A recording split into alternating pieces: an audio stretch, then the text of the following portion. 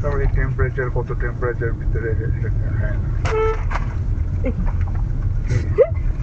আরে বাইরে air pressure বেড়ে গেছে, কমে গেছে না, এই দেখো গাড়ি যাচ্ছে। আর এখানে আর জায়গা হলো না, ওকে ঠেলে বার করে দিল।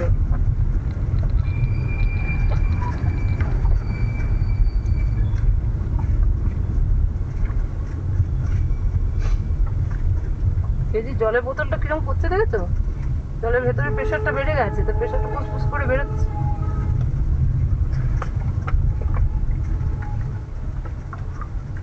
সোনাটা ভেসে গেছে রাস্তার বড্ড সোনাটা তো অন্ধকার হয়ে গেছে। অন্ধকার